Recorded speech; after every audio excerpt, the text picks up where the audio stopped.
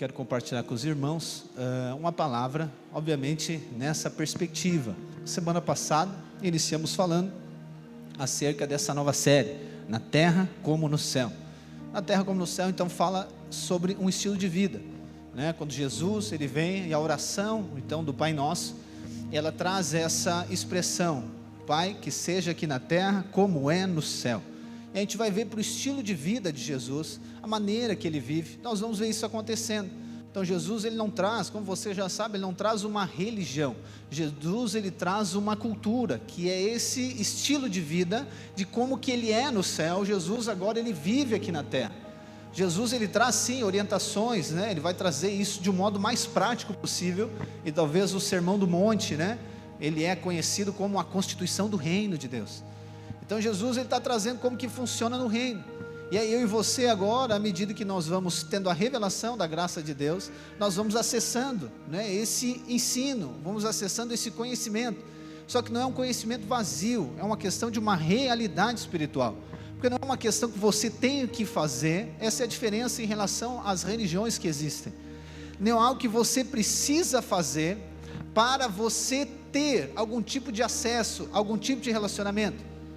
Toda religião, ela é baseada nisso, né? O conceito da religião é isso. Então você precisa fazer algo, precisa fazer algum tipo de ritual, e talvez nesse ritual existam sacrifícios, nesse ritual existam coisas que você tem que fazer, você tem que entregar, você tem que sacrificar, porque a partir disso, então, você vai ter um relacionamento com Deus. Então a base, ou melhor, o elo é o que conecta você, então, com Deus, é o que você faz. Isso é uma religião. Só que o Jesus vem trazer, ele não vem trazer uma religião, Jesus vem trazer um relacionamento. Ele vem falar sobre o estilo de vida. Então, quando nós cremos em Cristo na cruz, vamos falar um pouco disso hoje, a gente vai ver que nós somos inseridos agora, como falamos na última semana, nesse ambiente agora, que é o ambiente do reino. E esse ambiente do reino, ele está no Novo Testamento, está na palavra de Deus inteira. Nós vamos ver isso como uma maneira de viver. Então agora, o que eu vou seguir, obviamente, eu vou agora obedecer a Deus, eu vou ser guiado pelo Espírito, mas não para conquistar algo, não, mas é porque eu já fui conquistado, eu já sou filho, como nós cantamos aqui. E não fui eu que me tornei filho, no fato de fazer algo para isso, não, foi Deus quem fez isso. Essa é a loucura da cruz, essa é, né, a mensagem do Evangelho, foi Ele quem fez todas as coisas. E eu fui inserido agora no quê? Numa religião. Eu fui inserido em um relacionamento. Então agora eu tenho um relacionamento com Deus, com base no que eu faço? Não, naquilo que Cristo fez. Então nada que eu faça vai agora interromper esse relacionamento. Nada que eu faço vai fazer com que eu seja mais próximo ou mais distante. Não é as minhas atitudes, não está ligado com o que eu faço. Agora o que eu faço vai acontecer o que eu faço vai expressar a revelação que eu tenho desse relacionamento.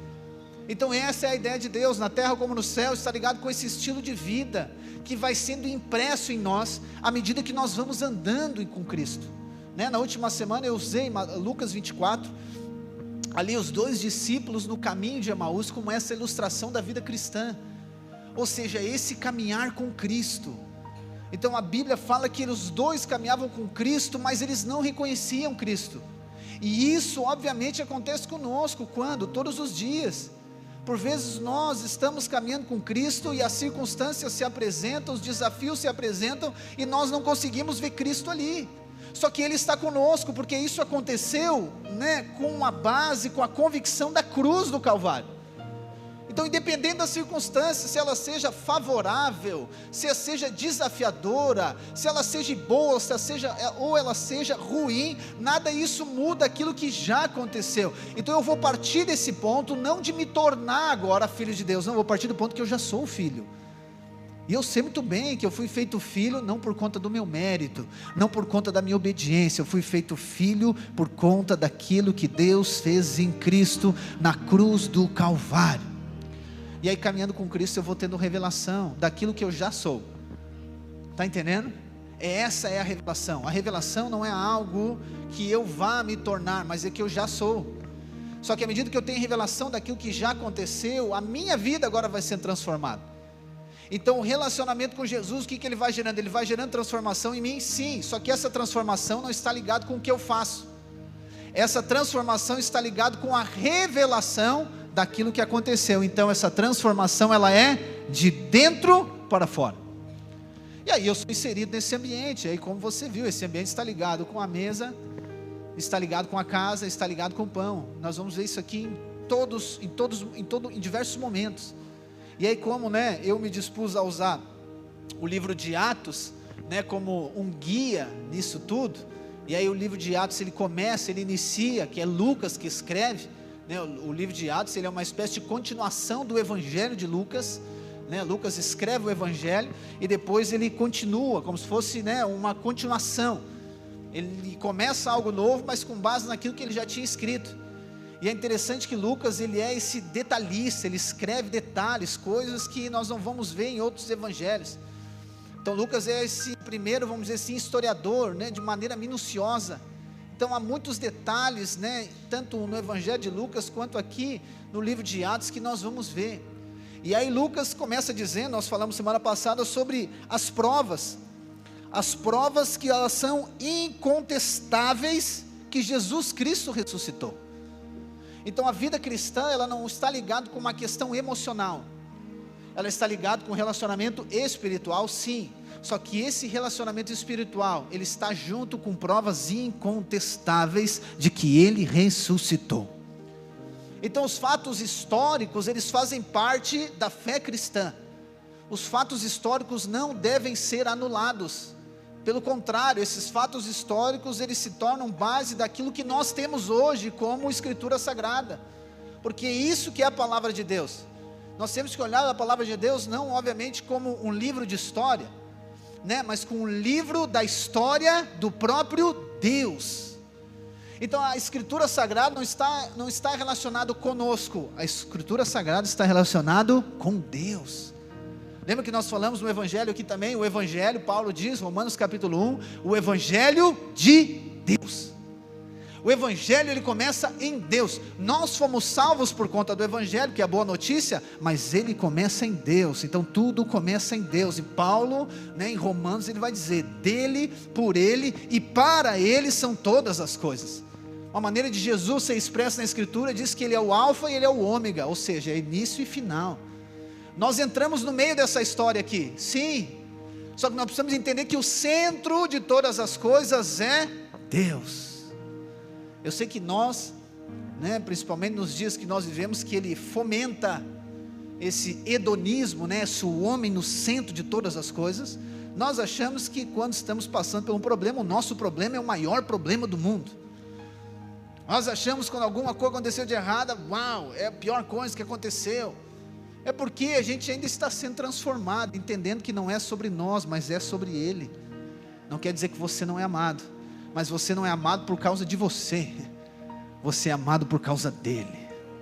Ele mesmo que nos amou. É porque senão a gente vai achar que é amado quando a gente comporta bem, Isso está ligado com a ideia nossa. Então eu comportei bem, eu sou amado. Pois é, mas daí o centro do amor é você, mas não é isso que a palavra de Deus diz.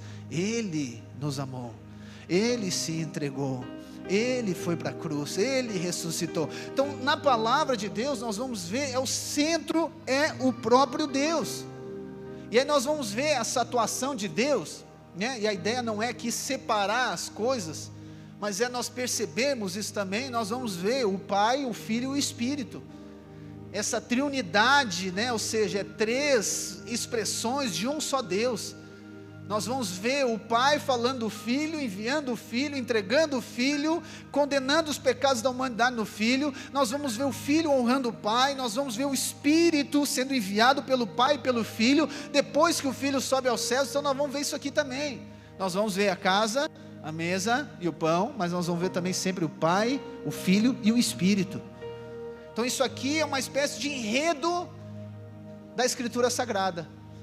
E à medida que nós vamos percebendo isso aqui, a gente vai conseguindo desfrutar muito mais da casa, da mesa e do pão. Você vai tendo revelação do Pai nosso que está no céu. Você vai tendo revelação do Filho que foi nos dado. E você vai tendo revelação dessa mesa que Ele nos colocou. Eu adoro essa canção do Abba Pai. Tem canções que elas são diferentes. Por quê? Porque tem canções que elas falam do Evangelho, mas tem canções que elas cantam o Evangelho. Para mim, essa canção, ela canta o Evangelho. Porque a gente nunca vai ver o pai separado do filho, o filho do espírito, e nós nunca vamos ver também o pai separado da família. Esse é um elemento que a gente precisa trazer para esse compartilhamento. Então nós não fomos somente inseridos numa casa, nós fomos colocados numa mesa, mas nós fomos também inseridos em uma família. Isso aqui é poderoso. Então existe aquela coisa, né, que por conta da falta de revelação, da falta de intimidade, a falta de vivência, considera-se então que Deus, Ele é muito bom, Jesus, ok, maravilhoso, mas que a igreja não quero. Não existe isso, você nunca vai ver isso. Você nunca vai ver o pai sendo contra a família. Você nunca vai ver o filho sendo contra a família. Pastor, mas a igreja tem um tanto de gente assim. Pois é, né? Lembro que nós compartilhamos aqui semana passada. Ainda bem que nós participamos de uma igreja, eu não estou falando de denominação, estou falando da igreja do Senhor, que nós participamos de uma igreja que não é perfeita, né? Porque se fosse perfeita, primeiro, nem diz aquele pastor testemunho dele, né? Se você acha uma igreja perfeita, não vá, porque você vai estragar ela. Segunda coisa, imagine você estando numa igreja perfeita, o nível de condenação que vem sobre você. Demais, gente, demais. Imagina todo mundo ser perfeito, todo mundo ser corretíssimo, só você que é um problema. Você consegue viver num ambiente assim? Você não consegue, por quê? Porque você é o único ruim da história. Desculpa, não estou falando de você, estou falando daqueles que não vieram hoje. Imagina todo mundo certinho, todo mundo, né? Vou dar um exemplo para você, numa mesa, quando você vai, né? Vai comer com pessoas, e aí tem um prato diferente que você não sabe comer, mas todo mundo sabe comer aquele prato. Como é que você se sente? Mais ou menos assim, um peixe fora d'água, né? Sente meio perdido, você sabe, não sabe se corta, você não sabe se come inteiro, se come com o garfo, com a mão, com a colher. Às vezes você nem sabe se é de comer, não sabe se aquilo é da decoração também. Acontece isso, eu sei. Está entendendo? Mas a única coisa que você não consegue é ficar à vontade. Você fica sempre debaixo de uma pressão. Meu Deus, como é que eu faço? Aí tem ali 3, 4 copos, 3, 4 talheres, você não sabe como é que lida com aquela coisa. Como é que você fica? Você não fica à vontade, você fica olhando para os outros. Deixa eu ver como é que eles fazem para mim fazer igual. É assim ou não é? Só que aí quando alguém faz, você diz, será que ele está fazendo certo? Vou esperar um segundo e terceiro fazer também para mim fazer igual ele. Só que aí você não está à vontade. É esse ambiente da igreja. O ambiente da igreja, ok, ele é um ambiente sim, pessoas limitadas e muito. Eu quero dizer para você, sempre será, até que ele venha. Porque esse é o processo que Deus está fazendo conosco, está nos transformando. Lá em Atos, então, eu vou só mencionar aqui, porque eu falei que ia usar o livro de Atos como base, mas nós vamos para Lucas de novo. Mas em Atos, capítulo 1, no versículo 4,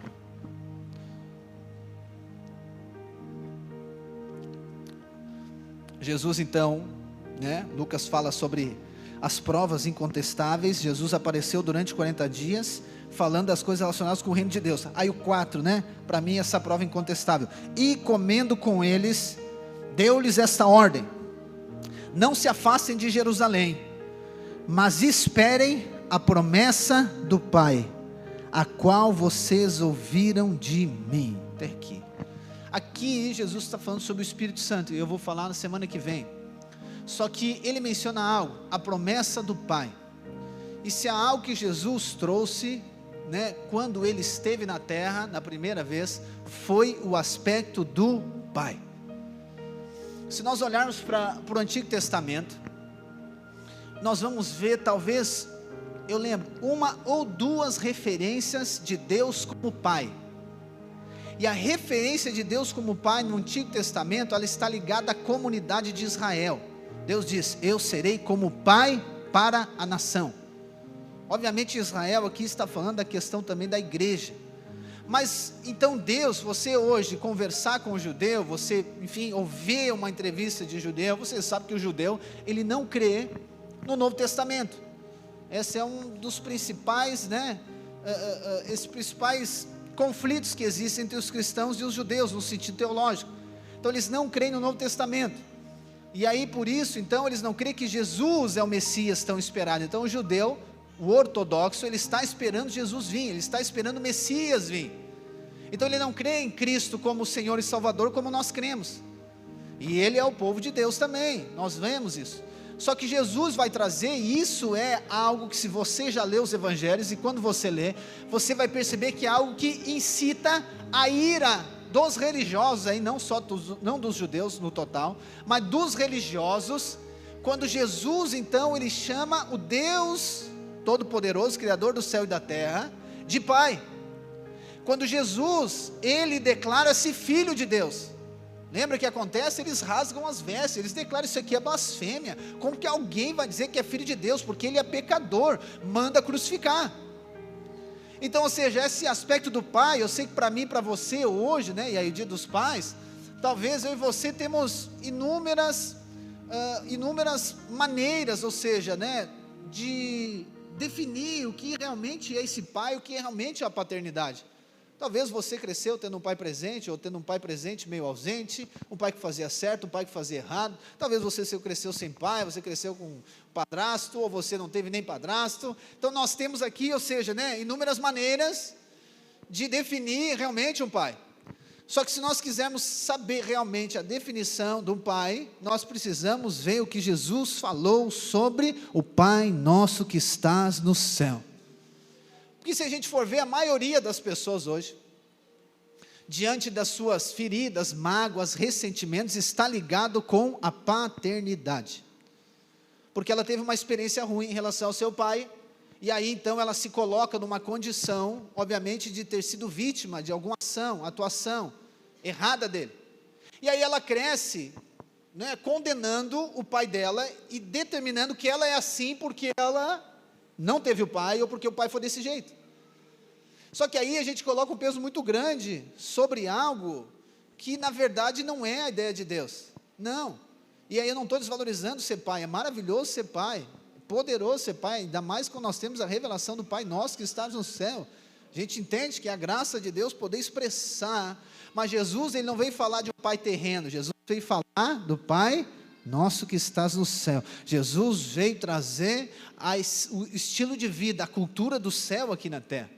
E aí por isso que eu quero voltar com você aqui para o Evangelho de Lucas, e tem um lugar, que eu não sei se tem um outro texto, que fala mais explicitamente, em relação ao Pai, que Lucas capítulo 15, vamos para lá,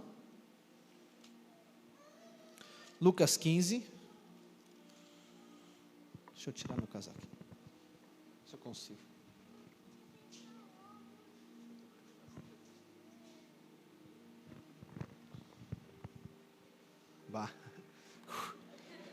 Estava cansado já, aleluia. Lucas 15, você já ouviu falar sobre a parábola do filho perdido, mas na verdade a parábola não é sobre o filho, a parábola é sobre o pai, e aí esse é o nosso foco, né? E aqui eu acredito que é talvez o mais amplo discurso que Jesus fala do Pai. Jesus está falando do Pai aqui. Só que antes de nós entrarmos ali na história do Filho, eu preciso ler os primeiros versículos aqui do capítulo, para nós entendermos o contexto que Jesus se encontrava ali também. Tá? Então Lucas 15, versículo 1 diz assim: aproximavam-se de Jesus todos os publicanos e pecadores para ouvir.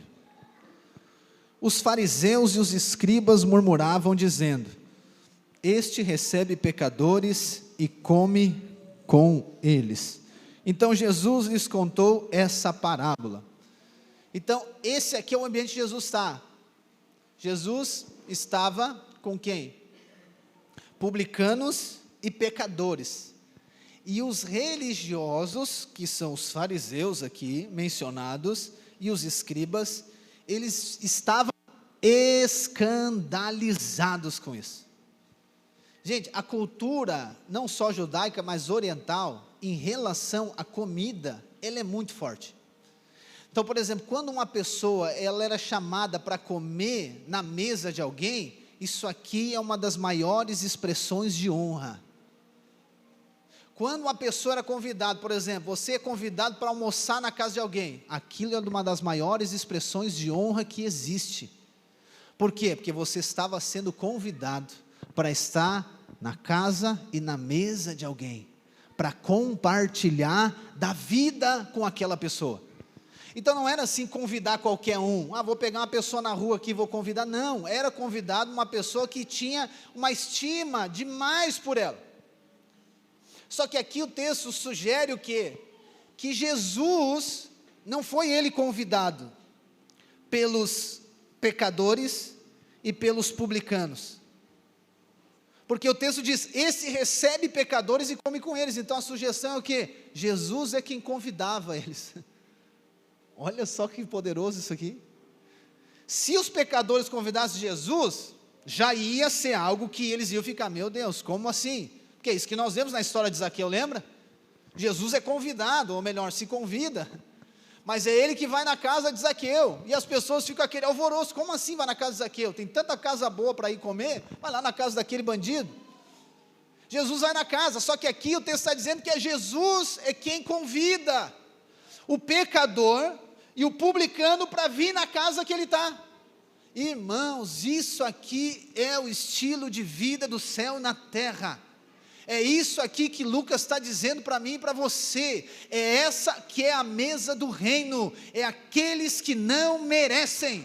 É aqueles que estão nessa margem da sociedade. É aqueles que de fato foram achados pecadores em Adão. É esses que Jesus vem e traz para a mesa. É esse que Jesus compartilha a vida. É esse que Jesus honra. Quando Paulo fala do Evangelho de Deus, Romanos 1, é muito poderoso. Ele vai desenvolvendo um raciocínio, irmãos, que é impactante. E se nós lemos o capítulo 1, 2 e 3 de Romanos, a gente vai ver que Paulo coloca todos sobre a mesma condição, né? E a frase talvez mais conhecida, o versículo mais conhecido é Romanos 3, 23, ele diz, porque todos pecaram e estão destituídos da glória de Deus. Mas se você ler atentamente o capítulo 1 e o capítulo 2, a gente vai ver que em relação aos pecadores, ele até fala das características dos pecadores, mas ele coloca todos na mesma condição. Só que no início do capítulo 1, versículo 16 e 17, ele vai dizer que o Evangelho é o poder de salvação, é o poder para a salvação de quem? De todos aqueles que creem. Então todos são pecadores, mas todos serão salvos, todos os que creem serão salvos. Então não tem distinção quanto a pecador, mas também não tem distinção quanto a ser salvo. Ele salva, não importa a classe social, não importa a cor da pele, não importa a etnia da pessoa, não importa se é criança, se é jovem, se é adulto, não importa se tem dinheiro, se não tem dinheiro, se tem conta, não tem conta, porque o Evangelho é a salvação para todos os que creem, irmãos. Só que Jesus faz isso de maneira intencional, por quê? Porque provoca aqueles que acham que merecem ser salvos. Jesus não convida as altas autoridades da sociedade, e nada contra, nós oramos pelos altos cargos da sociedade, nós abençoamos todos. Só que Jesus convida esses que estão à margem da sociedade. Por quê? Porque Jesus quer promover alguma coisa? Sim, quer. Jesus quer promover algo. Jesus quer promover isso aqui que acontece. Por quê? Porque dá aquele burburinho. Eu fico imaginando a cena, né, irmãos? Não sei se você olha algumas cenas assim, pode ser The Chosen, o Paixão de Cristo. Eu gosto de ver uns videozinhos assim, porque daí eu vejo que às vezes as pessoas também pensam que nem eu fico pensando as coisas. Mas aquele burburinho, quando Jesus está comendo com os pecadores, imagina, né? É que nem nos filmes ali, né? Os religiosos estão aqui cochichando. Aquela coisa do teatro que eles fazem aqui, né? Jesus está salvando e os religiosos estão aqui de lado, assim, aquele jeito, viu? Aquela coisa. Jesus promovia isso, mas por quê? Porque Jesus queria salvar eles também. A maneira de Jesus, né, chamar atenção, dizer que a salvação é para todos. E aqui acontece isso. Então Jesus, ele vai contar aqui são 13 histórias, o texto considera uma parábola. Não vamos conseguir falar das 13, na verdade, nem de uma, eu acho. Vamos falar um pouquinho dela. Mas Jesus começa a discorrer o assunto para quê? Para que pecador entenda, para que publicano entenda, para que fariseu religioso entenda também. Entenda quem é o Pai. A primeira parábola é fantástica, a primeira história é poderosa da ovelha. A segunda também, mas nós vamos focar aqui um pouquinho na terceira história, que é a do filho. E eu quero ler com você ela a partir do versículo 11. Vamos ler juntos. Diz assim: Jesus continuou, ele está contando a história. Certo homem tinha 2 filhos. O mais moço deles disse ao pai: Pai, quero que o Senhor me dê a parte dos bens que me cabe. E o pai repartiu os bens entre eles. Passados não muitos dias, o filho mais moço, ajuntando tudo que era seu, partiu para uma terra distante, e lá desperdiçou todos os seus bens, vivendo de forma desenfreada. Depois de ter consumido tudo, sobreveio àquele país uma grande fome, e ele começou a passar necessidade. Então foi pedir trabalho a um dos cidadãos daquela terra, e este o mandou para os seus campos a fim de cuidar dos porcos. Ali ele desejava alimentar-se das alfarrobas que os porcos comiam, mas ninguém lhes dava nada. Então, caindo em si, disse: Quantos trabalhadores de meu pai têm pão com fartura, e eu aqui estou morrendo de fome? Vou me arrumar, voltar para meu pai e lhe dizer: Pai, pequei contra Deus e diante do Senhor. Já não sou digno de ser chamado seu filho. Trata-me como um dos seus trabalhadores. E arrumando-se foi para o seu pai. Vinha ele ainda longe, quando seu pai o avistou, compadecido dele, correndo o abraçou e beijou. E o filho lhe disse: Pai, pequei contra Deus e diante do Senhor. Já não sou digno de ser chamado seu filho. O pai, porém, disse aos servos: Tragam depressa a melhor roupa e vistam ele. Ponham um anel no dedo dele e as sandálias nos pés. Tragam e mate o bezerro gordo.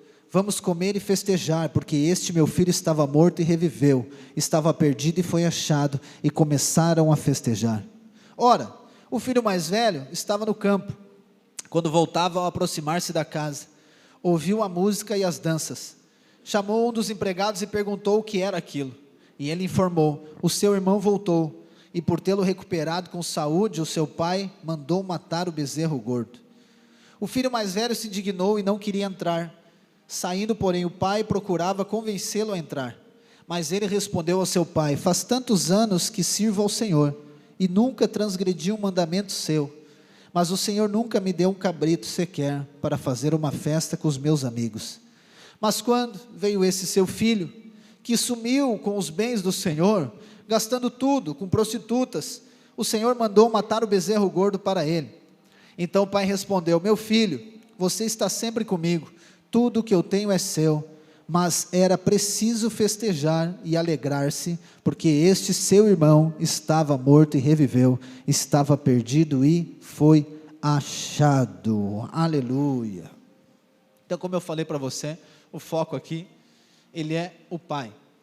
Só que esse texto, ele sugere muitas cenas, é muita coisa que nós podemos aqui perceber, compartilhar, e percebemos como de fato é o pai.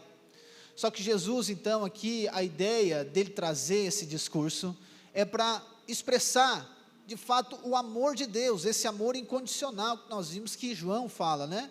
Ou seja, a maneira que Deus amou o mundo, entregou o seu Filho unigênito. Então essa é a ideia aqui de Jesus, é mostrar, expressar o Pai. Jesus, como eu falei para você, ele vem e vive isso como um estilo de vida, o céu aqui na terra, porque ele é essa espécie de embaixador, ele quer trazer uma cultura.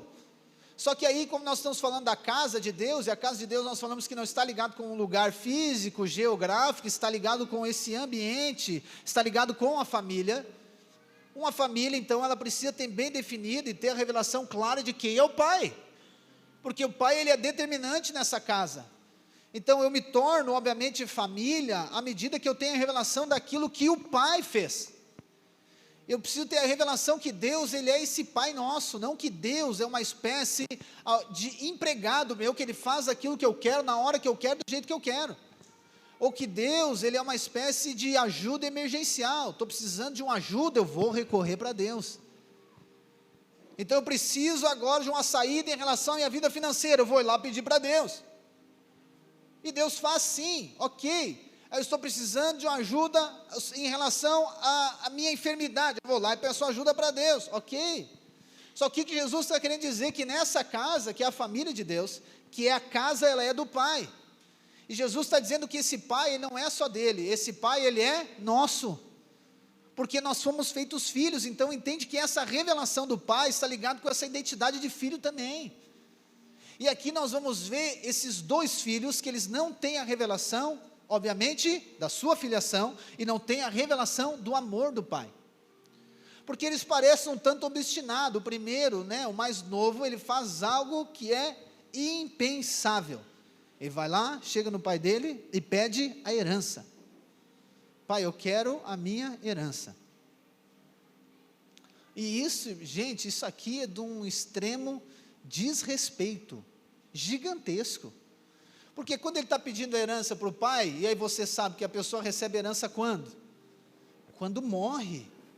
O que ela está dizendo para o pai? Pai, é o seguinte, não estou nem um pouco importando contigo, porque eu quero o benefício de ser filho, eu quero a minha vantagem de ser filho, porque eu tenho o mesmo sobrenome que o senhor tem, então é o seguinte, então eu quero que o senhor passe meu dinheiro, me dá aquilo que é de direito. Eu lembro que nós falamos dessa revelação parcial da graça de Deus, que eu tenho a revelação que eu sou filho, mas com base no direito de ser filho, não com base no favor que eu recebi em ser feito filho. Então eu coloco Deus na parede diante de qualquer desafio. Senhor, eu estou passando por isso, eu não posso passar porque eu sou filho. Como assim? Está entendendo? Eu boto o pé no pescoço de Deus, Deus só um pouquinho, eu sou crente, eu sou tanto santo da igreja, fiz tudo certinho, eu vou no culto todo domingo, dou oferta, sou dizimista, ajudo um tanto de gente, e aí agora, isso está acontecendo comigo, é mais ou menos isso aqui, obviamente aqui é muito mais grave, muito mais grave. Então isso aqui é algo que mostra um relacionamento, não que isso gera uma crise no relacionamento, isso mostra que esse relacionamento já era totalmente de fora, já era totalmente disfuncional, porque a ponto de fazer isso, entende? Isso aqui é só a expressão daquilo que já era. Então ele vai lá e expõe o coração diante do pai. Pai, é o seguinte, eu quero que o senhor me dê o dinheiro. E aí para nós isso aqui é algo totalmente desrespeitoso, é algo que não faz sentido nenhum. Muito mais na cultura oriental. Que o pai, para se referir com o pai é essa autoridade maior numa casa. E aí o desrespeito em relação ao pai. Tem alguns estudiosos que eles procuram, algum tipo de motivação na cultura, judaica, na cultura oriental, para tentar entender o que levou esse filho a fazer isso. Porque eles tentaram, vamos supor que esse pai estivesse doente, então ele está numa doença terminal, então o filho já foi lá e pediu, o seguinte, me dá o meu dinheiro aí, porque o senhor já vai morrer mesmo. Só que eles não encontraram isso, não somente fatos, ou seja, evidências no texto, mas não encontraram também outros fatos que acontecia isso. Só que o que é mais impressionante, o que mais eles se impressionam, e aí obviamente o que mais nós nos impressionamos, não é somente com o filho fazer isso, o que mais nós nos impressionamos é com a atitude do pai. Vamos lá, se fosse você, o que você faria? Pensa um pouquinho aí. Eu vou dizer o que eu faria. Eu pegava o chinelo, dava 2 chineladas, uma sacudida e dizia, fica quieto aqui, tu não sabe o que tu está falando, guri. Você faria assim também, mas bem capaz, Deus é gaúcho, é bem capaz que eu vou te dar isso aqui, está entendendo? Qualquer um de nós faria isso, se seu filho fosse fazer isso aqui, não, você não ia dar, não ia de jeito nenhum, porque, obviamente, é o filho mais moço, já nem sabe o que está falando, sei lá, vou dar o dinheiro para ele, se ele quer traquinas e todinho, então tá bom, vai lá, eu compro a ti. Entende? Só que o que me deixa mais surpreso é isso aqui está ligado com o amor do Pai nosso que está no céu, que ele ultrapassa todos os limites de entendimento natural e humano. como que ele entrega. Você já parou para pensar nisso? Olha a inconsequência desse pai da história. Como que ele entrega. E aqui existe algo, né, que a gente precisa trazer, que a cena também, ela permite a gente pensar que isso aqui não era uma conversa particular. Isso aqui está ligado com uma família, está nesse ambiente aqui. Isso aqui está ligado com muitos servos, né? O texto sugere isso aqui. Então ele faz isso aqui, aí o que todo mundo espera? Quando você está em algum ambiente que você vê o filho desrespeitar o pai, o que você faz? Você pensa, cara, será que ele não vai pegar esse guri? Não é assim? Cara, será que ele não vai pegar esse guri, vai botar ele sentado lá, vai deixar ele subir em cima do sofá de pé sujo? Será que ele não vai fazer nada? Você fica esperando um ato de disciplina do pai, ou da mãe, enfim. E aqui é a mesma coisa.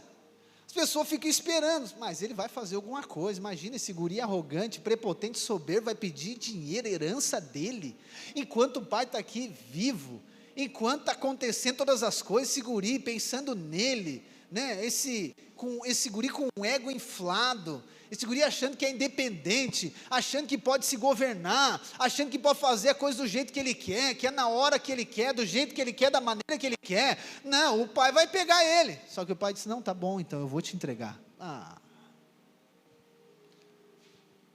Imagina o fariseu escutando essa história aqui. Você imagina? O pecador está escutando, quando ele está escutando, a lágrima já está correndo, que ele está dizendo, é isso aqui, ó, eu fui assim. O publicano também, olha, é isso aí, eu sou assim mesmo, eu fiz isso, eu peguei, então eu fui embora, eu achei que era independente, eu achei que podia me governar, eu achei que era do meu jeito, não escutei ninguém, fui embora, não quis nem saber. Só que o pai entrega. E é interessante que esse pessoal que estuda a Bíblia, eles fizeram o que? Eles procuraram na cultura oriental algum fato parecido de alguém que fez isso, e eles não encontraram ninguém que entregou, ninguém que fez isso. Quero dizer para você, esse é o amor do Pai nosso que estás no céu. Nesse amor tem essa liberdade, gente. Eu sei que parece, não é que parece inconsequente, pelo contrário, é inconsequente. É inconsequente. Porque na verdade o pai aqui mostra o quê? Que o pai não está muito preocupado, ok? Com o quê? Com os bens materiais. O pai não está preocupado com os bens materiais, o pai está preocupado com o quê? O pai está preocupado com o relacionamento. Porque se ele segura o filho, segura os bens materiais, ok, mas o relacionamento resolve? Não resolve. Não resolve o relacionamento. Então o pai diz, ok, está aqui, ele entrega, e o filho vai. Então aqui, só isso aqui já é. E aí, como eu falei para você, aqui a gente começa a identificar a nossa história, essa é a nossa história. Em algum momento, né, na nossa vida, talvez isso nem era de maneira consciente, mas é assim que a gente vivia. Talvez até assim a maneira que você vive, entende? De maneira independente, do jeito que você quer, na hora que você quer. Você quer somente o benefício que Deus tem para você. Você quer somente a parte boa. O seu interesse está ligado com os bens materiais. O seu relacionamento com Deus está baseado naquilo que Ele pode dar para você. E se Ele não der para você, você fica brabo. E quando Ele dá para você, você pega e você vai embora. Só que Deus trouxe você aqui hoje para dizer que o que importa para Ele, e de fato tudo aquilo que Ele nos entregou em Cristo Jesus, não está ligado inicialmente com os bens materiais. O que Ele quer é um relacionamento. Porque se fosse os bens materiais, Deus não ia mandar Jesus, Ele ia mandar um carro, uma casa, uma lote de dinheiro do céu. Só que Ele enviou Jesus. Ele enviou Jesus que resolve aquilo que o dinheiro não pode resolver. Resolve aquilo que o nosso trabalho não consegue resolver. Resolve aquilo que a nossa boa intenção não consegue resolver. Somente Cristo, Ele é a solução para todas as coisas. Obviamente, na nossa imaturidade, a gente não consegue aplicar Cristo nisso aqui, pastor, mas não, eu tenho a conta para vencer amanhã, o que Cristo tem a ver com isso? É eu que tenho que trabalhar. Pastor, não, é a pessoa que fez tal coisa, o que Cristo tem a ver com essa crise de relacionamento? Não, pastor, só um pouquinho, eu tenho que mudar de vida, alguma coisa tem que acontecer.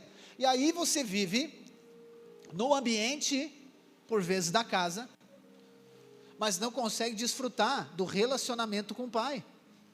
E aí existe uma ideia, que ela é uma ideia, como minha mãe diria, minha avó dizia, uma ideia de jirico. Não sei se você é do tempo do jirico. Eu nunca descobri quem é o jirico. Digo que você encontrar ele, não encontrei na Bíblia. A ideia de jirico. Que nós vamos ter um bom relacionamento entre nós, mas sem ter o relacionamento do pai como base. Então é por isso que muitas pessoas têm, eu vou chamar de dificuldade, de relacionar como igreja. É porque ela ainda não teve a revelação do pai. E aí, obviamente, eu vou agora definir o meu relacionamento com o meu irmão naquilo que ele faz e naquilo que eu faço. Só que quando eu tenho a revelação do pai, desse amor do pai que entrega, que libera, e aí depois nós vamos continuar pontuando algumas coisas. Gente, não faz sentido, como eu mencionei na última semana, por exemplo, eu não perdoar alguém. Porque olha essa história aqui, se não é de perdão. Eu ficar ressentido com alguém, eu ficar chateado com alguém,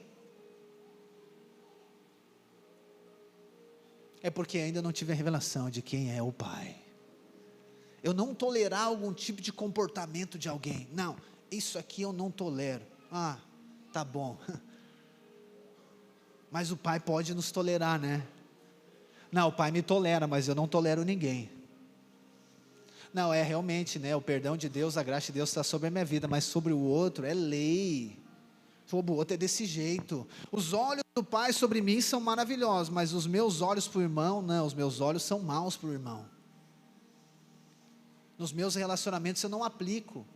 Só que você sabia que o seu relacionamento com as pessoas, e aí obviamente aqui a igreja, os irmãos, e aí vamos estender isso aqui para relacionamento com qualquer tipo de pessoa, o seu relacionamento, ele é uma expressão da revelação do relacionamento que você tem de Deus com você. Então se você é alguém, talvez não tenha ninguém aqui, outras pessoas que não vieram, depois você fala para elas, que elas estão sempre procurando oportunidade para julgar alguém, e para condenar. O objetivo é condenação, não é só julgar, ninguém vai ficar olhando, procurando uma coisa para julgar, não, ele vai condenar, ele quer condenar. É porque você tem a revelação que é dessa maneira que Deus é com você. Ele fica esperando uma oportunidade para condenar você. Porque se eu tenho a revelação que eu não serei condenado, como que eu vou condenar? Lembra que Jesus fala? Senhor, perdoa da mesma maneira que nós perdoamos. Então, à medida que você tem a revelação do perdão de Deus, você expressa esse perdão através da sua vida. Isso aqui é cristianismo, isso aqui é evangelho, é transformação, algo aconteceu em mim, e algo acontece agora através de mim. Se eu sou alguém que entendi que Deus me ama incondicionalmente, como esse pai aqui da história, que não há condição, é isso que quer dizer incondicional, não tem condição para me amar mais, e não tem condição para me amar menos, ele me ama incondicionalmente, como que eu não vou amar alguém incondicionalmente também? Só que o pai entrega, e a história segue dizendo o quê? Que o filho, todo mundo sabia, né? É aquele outro versículo que não está na Bíblia, está mais na cara do que nariz, né? Que ele ia fazer isso aqui, com base nesse pedido, é claro, que ele ia o quê? Ia torrar tudo, ia fazer uma bagunça. Só que aqui, né, é interessante que algumas pessoas que escrevem sobre esse texto, eles dizem que ele não teve somente uma ruptura no relacionamento com o pai, mas ele teve uma ruptura no relacionamento com a família, com o contexto familiar, mas ele também teve uma ruptura com a comunidade, porque a ideia que Jesus traz aqui, a história está baseada numa espécie de aldeia, uma família que vive numa aldeia, e havia até uma espécie de um ritual que eles faziam, quando acontecia esse tipo de situação, alguém que vendia propriedade para algum tipo de estrangeiro, então eles faziam na porta da cidade uma espécie de ritual, pegavam um vaso, e mais algumas coisas, eu não lembro, porque o nome é complicado, é difícil, eles quebravam isso dizendo, ele rompeu o relacionamento com o pai, com a família e com a comunidade, ou seja, ele está viajando a maionese, só que isso ficou declarado para todo mundo, isso aqui foi algo exposto, e aí, esse filho vai, pinta, borda, faz e acontece. E aí o texto diz que quando ele está numa condição deplorável, né? Vamos ler juntos? Versículo 14, depois de ter consumido tudo, sobreveio àquele país uma grande fome, e ele começou a passar necessidade, irmãos. Então, foi pedir trabalho a um dos cidadãos daquela terra, e este mandou para os seus campos a fim de cuidar de porcos. Ali ele desejava alimentar-se das alfarrobas que os porcos comiam, mas ninguém lhe dava nada. Então, caindo em si, disse: quantos trabalhadores de meu pai têm pão com fartura, e eu aqui estou morrendo de fome. Então, olha só, se um pastor de ovelha, você já viu isso, Davi, né, quando Samuel vai até a casa de Jessé, para ungir Davi como rei de Israel, ele não era valorizado pela sua casa. Naquele enredo você entende isso, não só porque ele era o mais novo, mas é porque ele fazia um trabalho que aquele menos importante fazia. Qual que era o trabalho? Pastor de ovelha. Então a pergunta é, se um pastor de ovelha era desprezado naquele contexto, imagina um pastor de porcos. E você sabe que o judeu ortodoxo até hoje ele não come porco, não come porco. Então se o cara não come, tu imagina ele está cuidando dos porcos de outro. Olha o lugar que esse filho se meteu. Ele se meteu num problema bem grande. Só que quando ele começou aqui, alguma coisa aconteceu. Quando ele começou a passar necessidade. Oh, irmãos, isso aqui eu preciso trazer para uma perspectiva de fé que eu tenho. Que quando o Espírito Santo começa a trabalhar dentro de nós, a gente não tem consciência nenhuma que é o Espírito, mas é quando a gente começa a ter uma necessidade. Não que a gente não tinha antes, mas essa necessidade começa a ficar a gente começa a ficar sensível a ela, essa necessidade ela começa a gerar algo dentro de nós, porque essa é a história de todos aqueles que foram salvos, essa é a história daquele que creu em Cristo. Por quê? Porque eu e você, nós estávamos lá, vivendo a nossa vida do nosso jeito, da nossa maneira, achando que estava tudo certo, tudo bem, até que um dia, um buraco dentro de nós apareceu. Não, ele apareceu, ele já tinha, mas teve um dia que nós ficamos conscientes daquele buraco. E eu não sei como que foi a sua história, como que Deus atraiu você para Ele mesmo. Pode ser uma enfermidade, foi a questão no seu casamento, pode ter sido a questão financeira, pode ter sido um complexo de inferioridade, um complexo existencial, pode ter sido uma depressão, uma ansiedade, pode ter sido qualquer coisa, eu não sei. Eu sei que eu e você chegamos em algum momento que o próprio Deus, eu creio dessa maneira, Ele nos mostra a nossa necessidade para nós mesmos, ou melhor, eu creio, irmãos, que Ele que gera uma necessidade de nós, que essa necessidade é dele. Chegou o momento que o filho disse: eu preciso voltar, eu preciso voltar, eu preciso voltar. Ah, pastor, claro que terminou o dinheiro. Talvez foi essa história sua. O dia que a crise financeira veio, Deus usou isso para chamar você. Mas eu quero dizer que não foi você, foi Ele que já estava chamando você.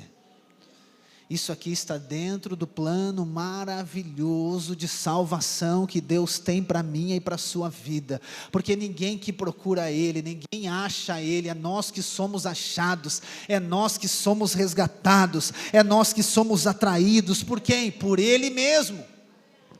E aí Deus começa a história de redenção aqui. E aí o filho, olha só como é interessante, o filho ele diz assim, para ele mesmo, né? Vou me arrumar, voltar para o meu pai e lhe dizer, ele já está com o discurso pronto: pai, pequei contra Deus e diante do Senhor, já não sou digno de ser chamado filho, trate-me como um de seus trabalhadores. E arrumando-se foi para o seu pai. Então o que ele está pensando? Cara, eu vou voltar, mas olha só o que é que Deus já está promovendo.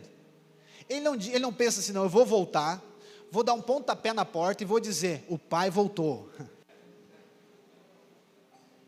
Eu não vou chegar lá e vou dizer, vou bater no peito e dizer assim, tá, sim, gurizada, voltei e agora vai ser desse jeito. Ele disse, não, eu vou voltar, mas eu vou voltar bem pianinho. Vou voltar dizendo, pai, é o seguinte, eu não sou digno. Por quê? Porque aqui Deus começa esse processo, né, de mudança de mente, que é o arrependimento. Ele começa, eu não vou chegar lá exigindo algo, eu vou chegar lá pelo contrário, eu vou chegar lá por baixo, eu vou lá dizendo, eu não sou nada, não sou digno nem de ser filho, eu quero ser somente um trabalhador. E aqui essa palavra trabalhador, né, outra versão vai dizer servos, e havia 3 níveis de servos na cultura judaica. O primeiro deles era aquele servo que ele fazia parte da propriedade, ou seja, aquele que era comprado, ele estava anos com a família, na verdade ele era parte da família já, aquele servo que é parte da família. Então esse é o primeiro nível, esse é o doulos, né, no grego doulos, esse aqui, não é esse aqui que ele está falando. Tinha o outro servo, que era o servo, que era servo desse servo, era assim, o segundo nível. Só que tinha um terceiro nível, que era o servo assalariado, que a gente vê, por exemplo, em Mateus 20, que eram os trabalhadores da vinha, recebia por dia, ou seja, os caras que trabalhavam na diária. Ele era um servo, só que ele estava trabalhando lá por quê? Por conta do dinheiro. Mesmo ele vendo a necessidade dele, ele diz, não, eu vou voltar para lá, mas como um diarista. Por quê? Porque eu vou ganhar, talvez na mente dele, eu vou ganhar, eu vou receber, e o que eu receber eu vou tentar pagar o meu pai de volta. Eu vou tentar pagar o meu pai de volta. Então ele já está desenhando isso aqui. Então é aquele, né, que quando ele faz errado, é o filho que quando ele faz errado, ele já vai com a desculpa pronta para o pai. Ó, pai, é o seguinte, eu fiz, mas eu fiz por causa disso. Eu fiz, é que nem lá em casa, né? Ó, não, pai, eu fiz, mas é porque a Sara fez isso. Eu bati na Sara, mas porque ela me bateu. O Judá disse, não, eu fiz é porque ele também me bateu. Ou seja, eu já estou com a desculpa pronta aqui. Mostra o quê? Mostra essa não revelação de ser filho. Essa questão de não receber graça. Dessa dificuldade, mesmo diante da necessidade, olha só. Mesmo diante da necessidade, esse orgulho que está na carne humana, de receber graça de Deus. Não, eu ainda preciso fazer alguma coisa para merecer algo de Deus. Eu ainda vou chegar como um trabalhador. Eu vou lá como um trabalhador, mas é um trabalhador que vai receber. O que eu receber eu vou pagar ele de volta. Porque é muito difícil chegar e dizer, pai, eu errei e eu vim aqui receber de graça. Só que aí, e aqui é a cena principal, e eu vou finalizar aqui. Versículo 20, o texto diz, vinha ele ainda longe, quando seu pai o avistou. E compadecido dele, correndo, abraçou e o beijou. E o filho disse, pai, pequei contra Deus e diante do Senhor, já não sou digno de ser chamado seu filho. O pai, porém, disse aos servos, tragam depressa a melhor roupa e vistam ele, ponham um anel no dedo dele e as sandálias nos pés, tragam e matem o bezerro gordo, vamos comer e festejar, porque este meu filho estava morto e reviveu, estava perdido e foi achado, e começaram a festejar. Gente, essa atitude do pai aqui, diz que ele o avistou. E eu quando eu leio, por exemplo, o livro de Efésios, diz que ele nos escolheu. É mais ou menos isso aqui que eu sinto quando eu leio o avistou. Quando eu leio o Salmo 139, dizendo que todos os nossos dias já foram escritos, quando nós éramos uma substância informe, eu lembro desse texto, o pai avistou, ele viu. Quando o texto, Jeremias capítulo 1, versículo 5, diz que antes, ou melhor, quando tu estava no ventre da tua mãe, eu já designei, eu já te determinei como um profeta, eu lembro isso aqui, o pai avistou. Quando Jesus disse para Natanael, eu já tinha te visto antes que tu estivesse lá naquele lugar. Ou seja, o pai já avistou. Pode ser na sua necessidade, pode ser na sua dificuldade, mas o pai está dizendo, ele o avistou, ele o avistou. Mesmo que você ter quebrado o relacionamento com ele, mesmo que você não esteja relacionando com ele, mesmo que você esteja afastado da casa, você esteja fora da mesa, o pai está dizendo, ele avistou você. Você está aqui nessa noite, o pai está dizendo, ele avistou você. Não, mas ele não só avistou, ele avistou e compadecido, a minha versão diz, mas tem a outra, acho que é a corrigida, a NVI também diz, que o pai com compaixão. Ele não só viu, ele não viu para julgar, ele não viu para acusar, ele viu com compaixão, ele viu com misericórdia. E aí eu lembro de Efésios capítulo 2, quando diz que Deus, Ele é rico em misericórdia. Nós estávamos mortos nos pecados e delitos, mas Deus, sendo rico em misericórdia, Ele nos resgatou, Ele nos tirou da morte, Ele nos avistou, mas Ele compadecido agora. É dessa maneira, Jesus está falando do Pai, lembra? Então quando o Pai olha para você, Ele olha com compaixão, Ele olha com misericórdia, Ele olha com graça, Ele não olha com condenação, Ele não olha com acusação, mas Ele olha com os olhos de amor, para resgatar você. E aí o Pai faz algo aqui que os estudiosos também, eles ficam apavorados. Esse Pai aqui da história, Ele avista com compaixão,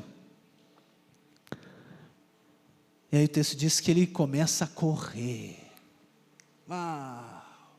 Ele corre em direção ao filho. Não há possibilidade de um pai tradicional, de uma família oriental fazer isso. Porque isso aqui é uma humilhação para quem? Para o pai. Porque o pai foi correndo. E é interessante quando eu falei que quebrou o relacionamento com o pai, com a casa e com a comunidade. Talvez o pai fez isso, por quê? Porque a comunidade, vendo esse filho voltar, só um pouquinho, cara, o que tu quer de volta aqui? Mas o pai foi correndo, sabendo da condição do filho, ele avistou com compaixão, com zelo, com graça, com misericórdia, ele foi correndo em direção ao filho, ele foi correndo, e é isso que Deus fez. Isso aqui, irmãos, é uma espécie de cena daquilo que Deus fez em Cristo Jesus. Deus não olhou você, Ele não só viu você, Ele olhou com compaixão. O que Ele fez? Ele enviou o Filho para nos salvar. Ele não levou o homem para Ele, não, Ele trouxe o Filho, Ele enviou o Filho, Ele entregou o Filho, ou seja, é o Pai correndo em sua direção. O Pai enviou o Filho por conta dessa graça, desse amor incondicional, desse aspecto que não há entendimento humano que consegue compreender. Como que Ele amou, como que Ele se entregou, como que Deus enviou o Filho para me salvar, eu que fiz tudo errado na minha vida. E aí o filho começa a desculpar, e o pai ignora a desculpa do filho. O texto diz que ele começa a fazer o que? Ele beija. Irmãos, o pai beija o filho. Esse é o beijo da reconciliação, esse é o beijo da volta. A gente acha que as coisas se resolvem falando, mas o pai está dizendo, não, é com um beijo. É com um beijo, é quando o pai beija você está sujo, você está no pecado, está na morte, você está debaixo de condenação e acusação, você está cheio de trevas no seu coração e na sua mente, e o pai corre em direção a você, e ele não diz nada, ele beija, ele beija você. E aí aquela canção, né? O céu se une à terra, como um beijo apaixonado. O pai beija o filho. O pai beija o filho, e o filho tenta falar. Imagina que o filho está tentando se desvencilhar. E o pai beija o filho, abraça o filho. E o pai já chama os servos, e ele diz, vem cá, traz aqui a melhor roupa. Traz a melhor roupa para ele. E de quem é a melhor roupa numa casa, se não é a roupa do pai? De quem é a melhor roupa numa casa, se não é a roupa do pai? O pai está dizendo, vai lá e busca a minha roupa. Isso aqui mostra o que aconteceu conosco. Nós fomos revestidos de Cristo. Quando o homem peca no Éden, lembra? Ele quebra o relacionamento. E aí diz que os olhos foram abertos. E o homem olha para si, se vê nu, com vergonha, e se esconde de Deus. Só que a tentativa agora é de relacionar com Deus, a partir de algo que eu faço. Eles vão lá e pegam folhas de figueira, e tentam cobrir a sua nudez, tentam cobrir o seu pecado. Aí quando Deus chega, Ele diz, Adão, onde é que tu está, Adão? Ou seja, eu quero um relacionamento. E a primeira coisa que Deus faz antes de falar, a palavra diz que Deus faz roupas. Faz roupas para Adão e Eva vestir. E ele fez roupas, e o texto diz que ele fez roupas de peles de animais. E se ele fez roupas de peles de animais, algum animal teve que morrer para fazer essas roupas. E Deus está dizendo, é o cordeiro que vai ser morto. O cordeiro é morto para vestir o pecado. Quando Paulo diz que nós somos revestidos de Cristo e nós fomos justificados, né? Deus que justifica o ímpio é Deus, tirando dele mesmo o próprio Cristo e a justiça e nos vestindo. Ele não somente nos beija para reconciliar, o que ele faz? Ele nos veste agora. Nós estamos em Cristo, nós estamos em Cristo. Ele não pergunta nada, Ele não diz nada, Ele simplesmente beija e nos veste. E aí diz que Ele pede um anel, traz um anel para Ele também. O anel fala de uma autoridade. E aí João capítulo 1, versículo 12 diz que a todos aqueles que o receberam, deu-lhes a autoridade de serem feitos filhos de Deus. É filho. Ele diz, traz também uma sandália. Traz uma sandália para ele. Porque filho não anda descalço. Filho não é servo que anda descalço. Ele anda de sandália. Porque ele tem uma casa, tem uma mesa e tem um pão para ele. E aí o texto diz que o pai diz assim, gente, vamos fazer uma festa. Vamos fazer uma festa, ele diz. Vamos fazer uma festa, porque o meu filho estava morto, ele foi achado. Só que não diz que ele matou um cabrito, não diz que ele matou uma ovelha, diz que ele matou um bezerro. Ou seja, essa festa vai ser grande, porque o pai não estava só restaurando o relacionamento com ele, o pai estava restaurando o relacionamento com a casa e com a comunidade. Gente, vem, tem comida para todo mundo, porque o meu filho estava morto e ele reviveu. Vamos festejar, vai ter comida, vai ter alegria. Vai ter alegria na casa do pai, porque ele estava morto e reviveu. E aí depois o texto continua dizendo que o irmão mais velho não gostou muito. Ele questiona o pai. Só que é interessante que o pai não muda. Ele diz, filho, vem. O pai não endurece, não, o pai não condena o outro filho também, não. Ele diz, pai, vem, entra também. Nós precisava fazer isso. Só que o pai diz algo que desmonta qualquer um. Ele diz, filho, nós precisávamos fazer a festa, porque este teu irmão estava morto. Quando o outro irmão se refere, ele diz, é porque esse teu filho aí. O pai está dizendo, este é teu irmão. Não é só o relacionamento com o pai, é o relacionamento com a família. Este é teu irmão. Esse é o teu irmão, esse é o teu irmão. Então é isso que eu estou dizendo para você, é impossível eu crer, desfrutar do amor do pai, sem desfrutar do amor da família, dos irmãos, da família de Deus que é a igreja. O pai restaura todas as coisas, então ele não só restaura o relacionamento com ele, ele restaura o relacionamento com a família, por causa do seu grande amor com quem nos amou. Gostaria que você fechasse os seus olhos, como você está, e nós vamos cantar essa canção, e o Espírito Santo vai mover no seu interior. Você vai receber uma espécie de um óleo de alegria no seu coração, de um amor de Deus na sua vida. Aleluia, aleluia.